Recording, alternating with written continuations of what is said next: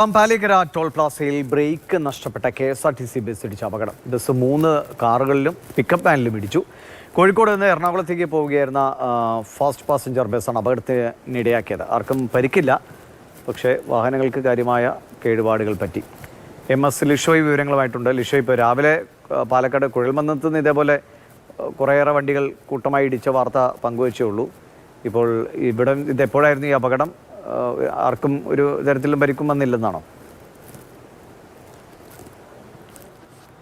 ആർക്കും പരിക്കില്ല എന്നുള്ള ആശ്വാസകരമായ കാര്യമാണ്. ഇന്ന് വൈകുന്നേരം 4:30 കൂടിയാണ് ഈ സംഭവം ഉണ്ടാകുന്നത്.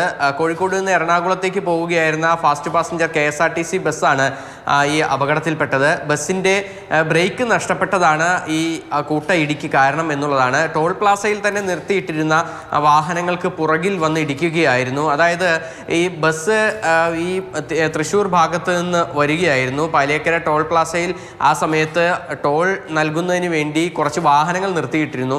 ആ വാഹനങ്ങൾ നിർത്തിയിട്ടിരുന്ന വാഹനങ്ങൾക്ക് പുറകിലേക്ക് ഒരു ട്രാക്കിലേക്ക് ഈ ബസ് ചെല്ലുകയായിരുന്നു. ബ്രേക്ക് നഷ്ടപ്പെട്ടതിനാൽ തന്നെ വാഹനം നിന്നില്ല. തുടർന്ന് മറ്റു വാഹനങ്ങളിലേക്കൊക്കെ തന്നെ ഇടിച്ചു കയറുകയായിരുന്നു. പിന്നീട് പുതുക്കാട് പോലീസും അവിടുത്തെ ടോൾ പ്ലാസ ജീവനക്കാരും മറ്റു നാട്ടുകാരും എല്ലാവരും ചേർന്നാണ് ആ അപകടത്തിൽ ഉണ്ടായ മറ്റു വാഹനങ്ങളൊക്കെ തന്നെ ഈ ടോൾ പ്ലാസയിലെ ട്രാക്കിൽ നിന്നും എന്തായാലും മാറ്റിയിട്ടത്. നിരവധി വാഹനങ്ങൾക്ക് കേടുപാടുകൾ പറ്റിയിട്ടുണ്ട് എങ്കിൽ പോലും ആർക്കും കാര്യമായ പരിക്കുകളില്ല എന്നുള്ളത് ആശ്വാസകരമാണ്. ഈ ബസ് ടോൾ പ്ലാസയുടെ അടുത്തെത്തിയപ്പോൾ വേഗത കുറച്ചതാണ് ഈ അപകടത്തിന്റെ വ്യാപ്തി കുറയാനായ ഒരു കാരണം. എന്തായാലും ഭാഗ്യം കൊണ്ട് ആർക്കും തന്നെ പരിക്കേറ്റിട്ടില്ല.